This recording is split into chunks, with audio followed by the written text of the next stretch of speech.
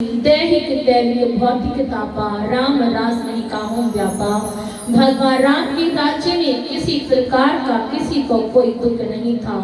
अंत मृत्यु नहीं कवने पीरा, सब सुंदर सब काज शरीरा। छोटी अवस्था में माता पिता की आंखों के सामने कभी किसी बच्चे की मृत्यु नहीं होती थी। सबके शरीर स्वस्थ थे, निरोगी थे, किसमें वैर विरोध नहीं था, सब में आपस में प्रेम था। तो तुलसीदास लिखते हैं, जदपि गृह सेवक सेवकनी विप्र सदा सेवा विधि गुणी। अवध में अनेकों प्रकार के दास दासियां हैं, फिर भी निज कर गृह परिचरे जा करई, निज कर गृह परिचरे जा करई।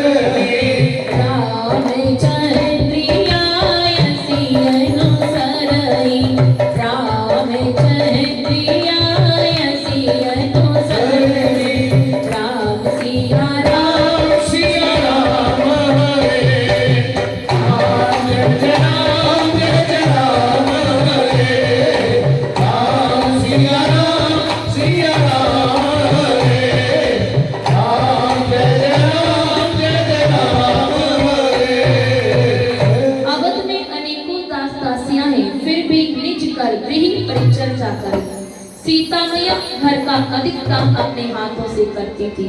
रामचंद्र आयस अनुसार जैसा भगवान राम आदेश देते थे। इस घटना से क्या शिक्षा मिलती है? घर में कितने भी नौकर चाकर हो, फिर भी मनुष्य को पूर्ण रूप से उनके ऊपर अपराधी नहीं होना चाहिए। घर का अधिक से अधिक कार्य से अपने हाथों से ही करना चाहिए। फिर तुलसीदास लिखते हैं, दुई सुत सुंदर सीता जाए, लव कुश वेद पुराण गाए। समय बीतता क्या, भगवान माता सीता ने लव और कुश नाम के दो पुत्रों को जन्म दिया।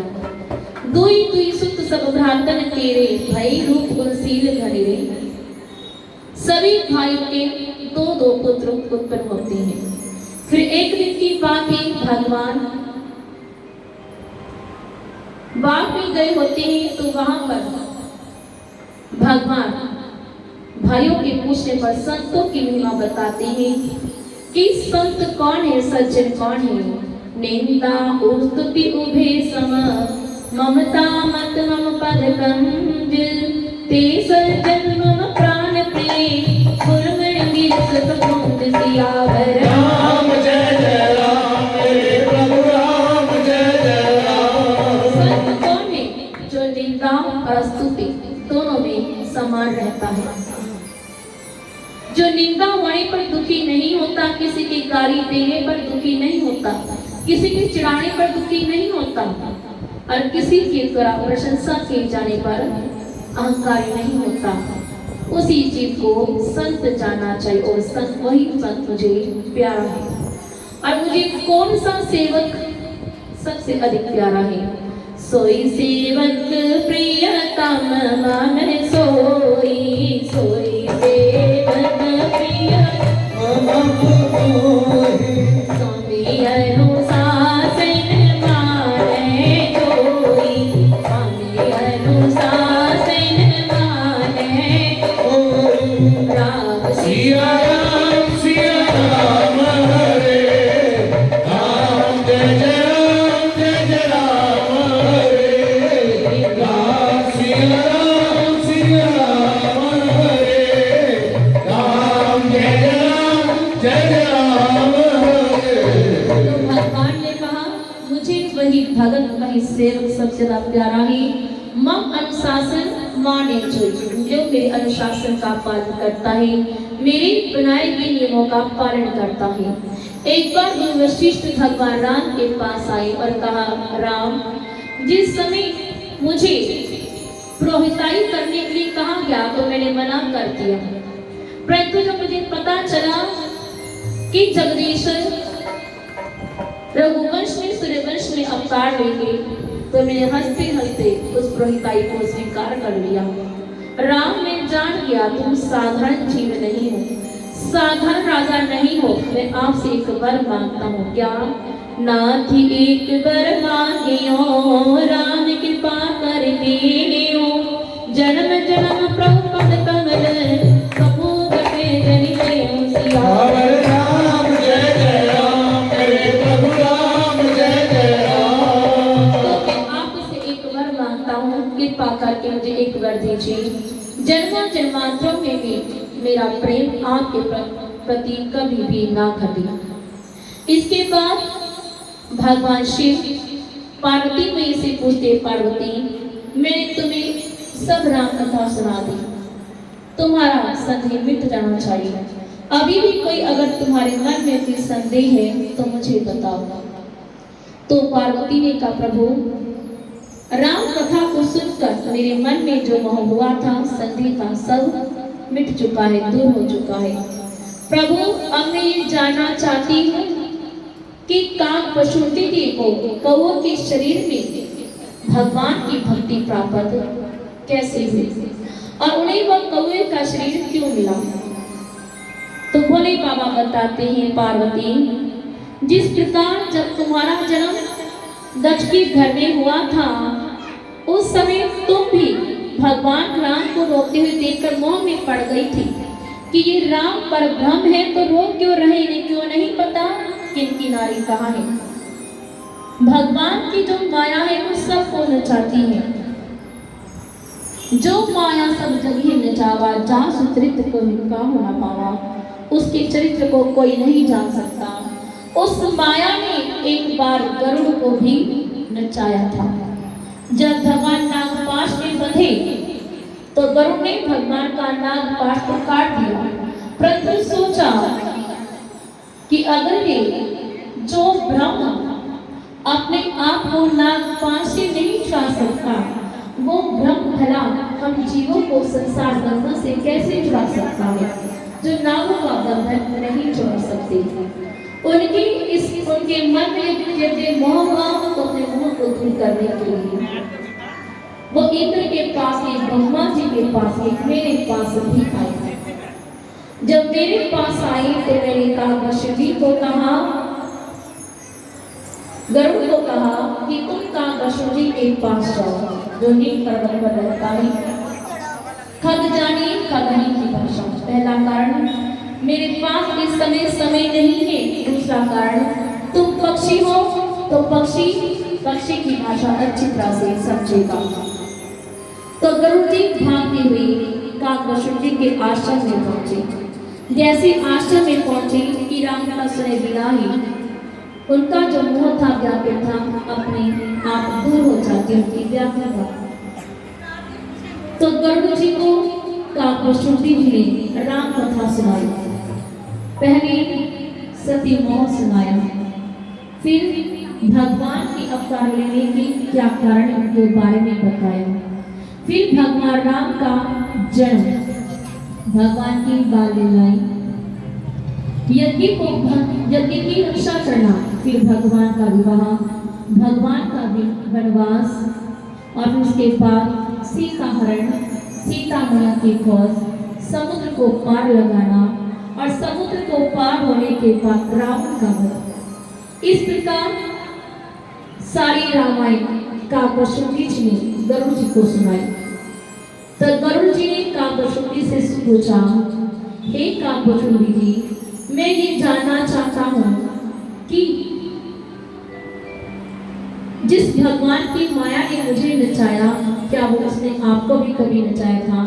आपको ये कौवे का शरीर कैसे मिला? इस कौवे के शरीर में आप कैसी भक्ति, राम भक्ति कैसे बनी हुई है? तो कागभूषण जी कहते हैं, जब भगवान राम, हे गरुड़, अब तुम्हें अवतार लेती है, तब तो इस कौवे के शरीर से मैं उनका दर्शन करने के लिए उनके पास जाता हूँ। एक बार की बात है, कौवे के शरीर में ही मैं भगवान के पास कभी नजदीक जाता तो कभी उनसे दूर हो जाता। भगवान मुझे देखकर मुझे पकड़ने के लिए बच्चों की भांति रोने लगे। जब बच्चों की भांति रोने लगे तो मेरे मन में भी संदेह हो गया, ये परब्रह्म साधारण बच्चों की तरह क्यों रो रहे हैं? क्या ये मुझे पहचानते नहीं? मैं इन्हें मारने के लिए नहीं आ रहा इनके नजदीक, मैं तो इन्हें प्रणाम करने के लिए आ रहा हूँ। जैसे ही मैंने ऐसे सोचा, भगवान हंस पड़े। भगवान को हंसता देखकर मैं डर गया, कोई कारण अवश्य है। मैं भगवान से दूर जाने लगा। जहां जहां भी मैं जाता, भगवान की भुजा मेरे पीछे पीछे जाती। जब हर जगह जाने पर मैंने भगवान के हाथ को अपने पीछे लगे देखा, तो मैं व्याकुल होकर आंखें मैंने अपनी बंद कर ली। जैसे मैंने आंखें बंद की, उसी समय क्या हुआ कि मैंने 2 मिनट के बाद अपनी आंखें खोली तो देखा मैं तो भगवान के समीप ही बैठा हूँ। भगवान हंसे। जैसे ही भगवान हंसने लगे तो मैं एकदम उनके मुख में प्रवेश कर गया। मैंने उनके उदर में एक एक ब्रह्मांड मह रहियों बरसत एक एवरी देखत फिरियो में अंड कटा अनेक। मैंने एक एक वर्ष उनके उदर में पेट में अनेकों ब्रह्मांड देखे। उन ब्रह्मांडों में मैं एक एक साथ तक रहा। उसके बाद फिर भगवान हंसे। जैसे ही भगवान हंसने लगे, हंसते ही जैसे उनके पेट में मैं गया था, वैसे उनके मुख से मैं बाहर आ गया। इसके बाद एक बात की तो भगवान ने मुझसे पूछा, काकभुशुंडी तुम्हारा मोह दूर हो गया, तुम मुझसे 3 बार मांगो। तो भगवान ने मुझे अणिमा आदि अष्ट सिद्धियां रिद्धियां इन सब का ज्ञान दिया, सब सुखों का आशीर्वाद दिया, पर उन्होंने मुझे भक्ति का वरदान नहीं दिया, क्योंकि भक्ति सबसे दुर्लभ है। तो मैं समझ गया कि भगवान ने मुझे भक्ति का वरदान नहीं दिया क्योंकि भक्ति सबसे अनमोल है। तो मैंने भगवान से प्रार्थना की, प्रभु आपने मुझे बहुत से वरदान दिए, परंतु भक्ति नहीं दी। भक्ति के बिना भक्तिहीन तुम सब सुख ऐसे, लवन बिना बहु व्यंजन जैसे। भक्ति के बिना सभी साधन फीके हैं। जैसे सब्जी में आप कितने में मसाले डाल दो, पर उसमें अगर नमक नहीं है तो सब्जी का टेस्ट आपको नहीं आएगा। तो मैंने कहा, प्रभु अग्रिम भक्ति विशुद्ध तव शक्ति पुराण जो गाओ, यही खोजत जो किस मुनि तो प्रसाद को पाओ। हे प्रभु, जिस भक्ति को ऋषि मुनि योगी खोज रहे हैं, मुझे अपनी वो भक्ति का वरदान दीजिए। तो भगवान हंस पड़े कि काकभुशुंडी तुम तो बहुत चतुर हो, तुमने संपूर्ण सुखों की जो खाने वो ही मांगी। तो भगवान ने मुझे आशीर्वाद दिया कि तुम्हारे कोई के शरीर में कभी भी राम भक्ति नहीं भूलेगी। तो अब सुनो, मेरे कोई का शरीर कैसे प्राप्त किया। एक बार की बात है कि अवधपुरी में मैं शूद्र जाति में पैदा हुआ। मैं भोले बाबा का भगत था, परंतु अन्य देवताओं से मैं बड़ी ईर्ष्या करता था, निंदा करता था। तो मेरे जो गुरुवर थे उन्होंने मुझे कई बार समझाया, बेटा भगवान की शिव की भक्ति करो ठीक है, परंतु अन्य देवताओं की निंदा करना तुम्हारा धर्म नहीं है। परंतु मैं उनकी बातों को कभी भी नहीं सुनता था। जैसे जैसे वो मुझे समझाते वैसे वैसे मेरी ईर्ष्या उनके प्रति बढ़ती ही गई। तो फिर एक दिन की बात है, एक दिन क्या एक घटना घटी। क्या हुआ, एक पार हर मंदिर जप तेरे हो शिव नामे, गुरु आयो अभिमान ते उठने ही कीन प्रणाम सियावर। राम जय जय राम, मेरे प्रभु राम जय जय राम। एक बार मेरे गुरुदेव मंदिर में आए, मैं पूजा कर रहा था। मर्यादा कहती है, सदाचार कहता है कि जब गुरु आए, संत आए, पूजा के समय अपनी सब सामग्री उनके चरणों में अर्पित कर दो, मानो साक्षात भगवान साकार रूप में आपकी पूजा लेने के लिए आई है। परंतु मैं मन बुद्धि उनका उठकर मैंने स्वागत नहीं किया। जब स्वागत नहीं किया, सो दयाल ने कहिया कछु उर नारोष लवलेस, अति अगुर अपमानता सह नहीं सके महेश। गुरुवर तो दयालु थे, उन्होंने इस पर ध्यान ही नहीं दिया कि मैंने उनका अपमान किया है, परंतु भोले बाबा इस गुरु अपमान को नहीं सह सके। उन्होंने आकाशवाणी की जी सतगुर सन ईर्षा करही, जे सतगुर सन ईर्षा करही, रौरव नरक कोटि जुगे परही, रौरव नरक कोटि जुगे परही। राम सिया सिया राम सिया राम हरे राम जय राम हरे। तो भोले बाबा ने आकाशवाणी की रेशठ गुरु के आड़े पर अजगर की भांति बैठा रहा। जो अपने गुरु से ईर्षा करता है वो करोड़ों जन्मों तक नरक में, घोर नरक में जाता है। अगर मैंने तुम्हें आज दंडित नहीं किया, दंड नहीं दिया, तो तुमको देखा देखी संसार में कोई भी शिष्य अपने गुरु का मान सम्मान नहीं करेगा। इसलिए जा सर्प हो ही खलमल मत व्यापी, तू सर्प बन जा, अजगर बन जा। तो जब भोले बाबा ने ऐसा श्राप दिया, उसी समय मेरे गुरुदेव ने उस श्राप को सुना। सुनकर उन्हें बड़ी दया आई। उन्होंने मेरे लिए भोले बाबा से प्रार्थना की। नमामि शमीशान निर्वाणे रूपं विभुं व्यापकं ब्रह्मवेद स्वरूपं निर्गुणं निर्विकल्पं नरीहं चिदाकाशमाकाशवासं निराकार मोकार मूलमतुल्यं गिरा ज्ञान ज्योतिर्देशं गणेशं करालं महाकालकालं विकारं गुणागार संसारि पारं नतोऽहं गुणागार संसार पारं नतोऽहं गुणागार संसारि नतोऽहं। तो गुरुवर ने भगवान शिव की आराधना की। हे मोक्ष स्वरूप विभु व्यापक ब्रह्म वेद स्वरूप समर्थ भोले बाबा, मैं आपको नमस्कार करता हूँ। जब उन्होंने इस प्रकार भोले बाबा की प्रार्थना की तो भोले बाबा प्रसन्न हो गए और कहा, शंकर दीन दयाल अब यही पर हो कृपाल, साफ अनुग्रह होए जही नाथ थोर ही का। हे दीनों पर दया करने वाले, उन्होंने गुरुवर से कहा, गुरुवर हे ब्राह्मण देवता वरदान मांगो, मैं आपकी स्तुति से प्रसन्न हुआ, बोलो क्या चाहते हो। तो उन्होंने वरदान दिया, हे दीनों पर दया करने वाले कल्याणकारी, अगर आप प्रसन्न हैं तो पहले मेरा जो शिष्य है इसके शाप का मोचन कीजिए, कुछ ऐसा कीजिए जिससे इसका शाप छूट जाए।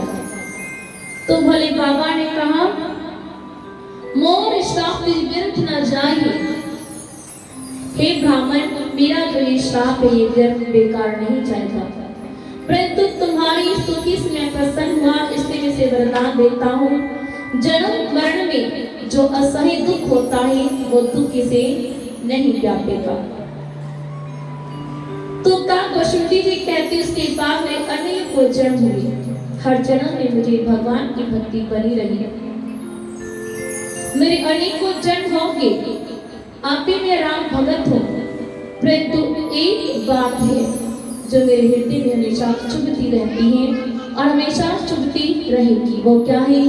एक शूल मोहि बिसरे न पाओ, एक शूल मोहि बिसरे न पाओ, पूरी करे कोमल शील सुभाओ, पूरी करे कोमल शील सुभाओ। राम सिया राम सिया राम हरे राम जय राम हरे राम सिया राम हरे राम जय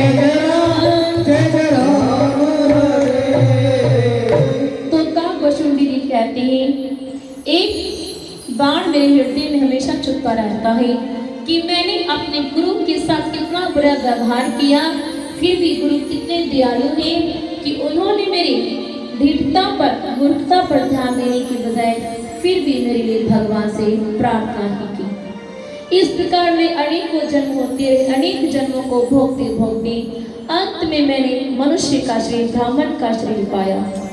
उस ब्राह्मण के शरीर में मैं राम भगत, भगवान के साकार रूप का भगत था। एक बार मैं लोमश ऋषि के पास गया, उसे कहा प्रभु मुझे साकार भगवान की भक्ति के बारे में बताइए। तो लोमश ऋषि ने मेरे को भक्ति का अधिकारी जानकर निराकार भगवान के बारे में बताया, परंतु मैंने बार बार उनका खंडन किया कि मुझे तो साकार भगवान ही अच्छे लगते हैं, भक्ति अच्छी लगती है। तो लोमश ऋषि जी नाराज हो गए, कहा मैं बार बार तुम्हें समझा रहा हूँ फिर भी तुम समझ नहीं रहे। कौवे की भांति कौवा कौका किए जा रहे, जाओ कौवा बन जाओ। जब लोमश ऋषि ने मुझे ऐसा श्राप दिया तो मेरे मन में कोई भी दुख नहीं था।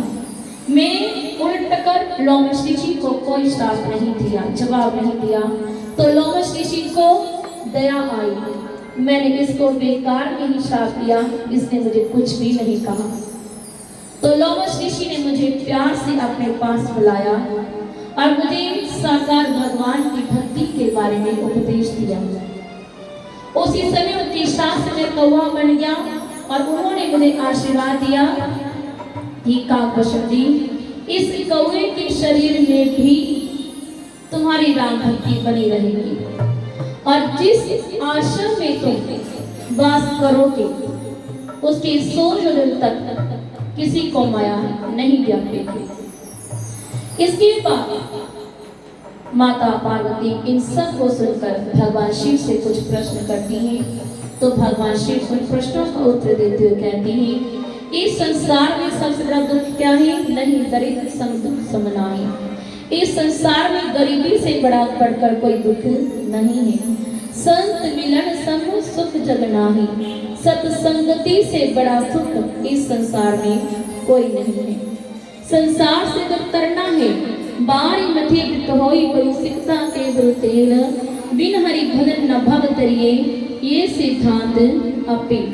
जल के मत्ते से भले ही हमें घी मिल जाए, रेत को मत्ते से भले तेल निकल जाए, परंतु भगवान हरि भक्ति के बिना इस संसार से पार नहीं होया जा सकता।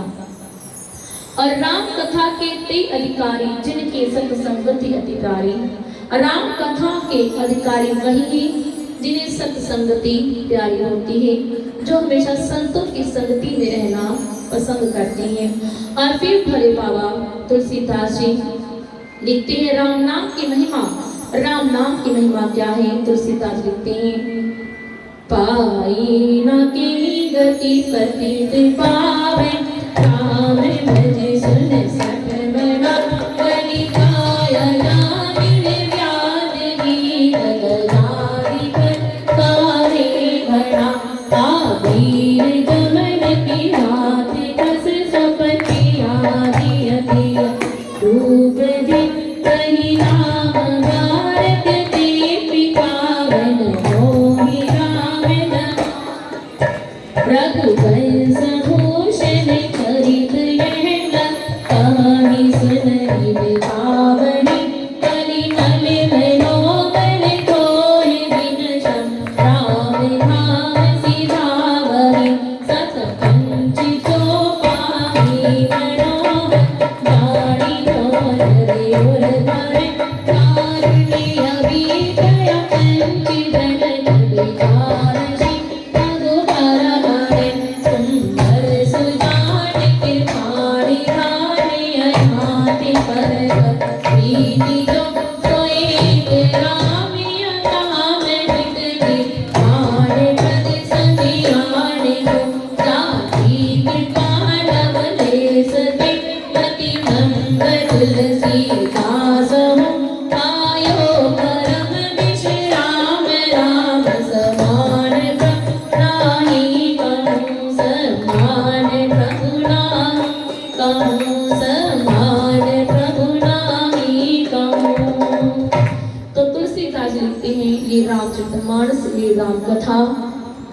राम नाम पतितों को भी पावन करने वाला है।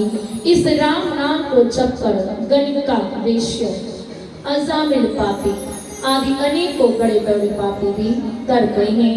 और फिर तुलसीदास जी भगवान से प्रार्थना करते हैं, मौसम दीन न दीन हिते तुम समान रघुवीर, अस विचार रघुवंश मनी हरा विषम भव वीर सियावर राम जय जय राम, प्रभु राम जय जय राम। हे प्रभु, आपके समान दयालु इस संसार में कोई नहीं है और मेरे समान दीन कोई नहीं है।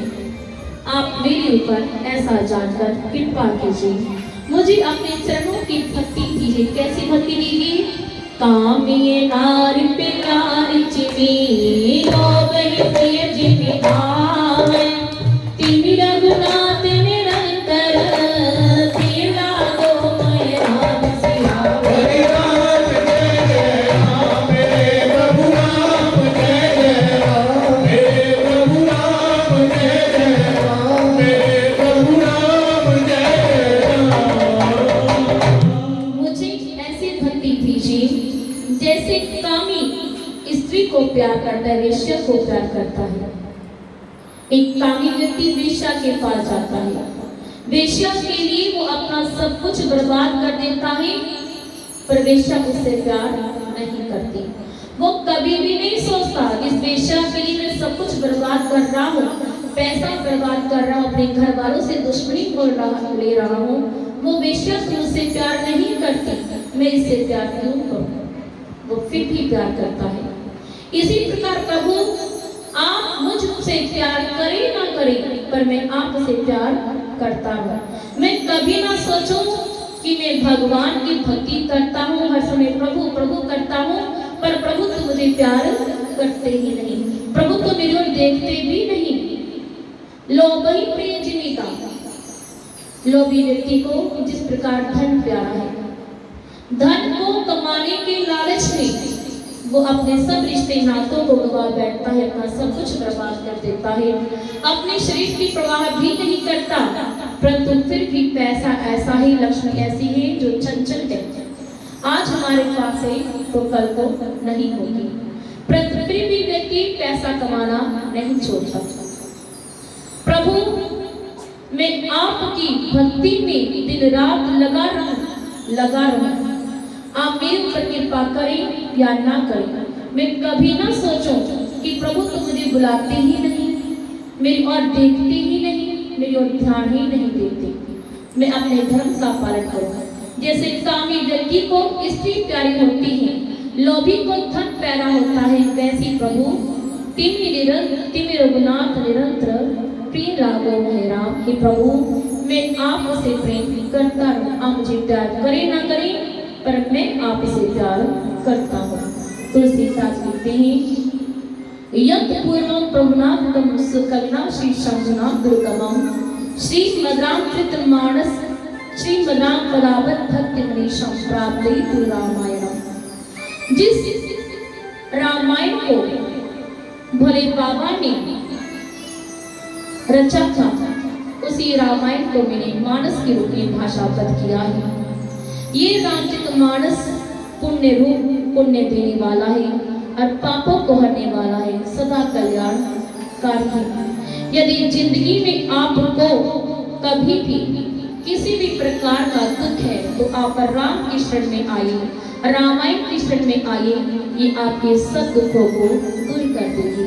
राजा हो या भिखारी, राजा हो या भिखारी, सबको यही बीमारी, सबको यही बीमारी, टेंशन से तुझको आराम चाहिए, आराम चाहिए। तो सबको एक बीमारी है जो सब बीमारियों की जड़ है। वो बीमारी कौन सी है? टेंशन। परेशानी शुरू हो गई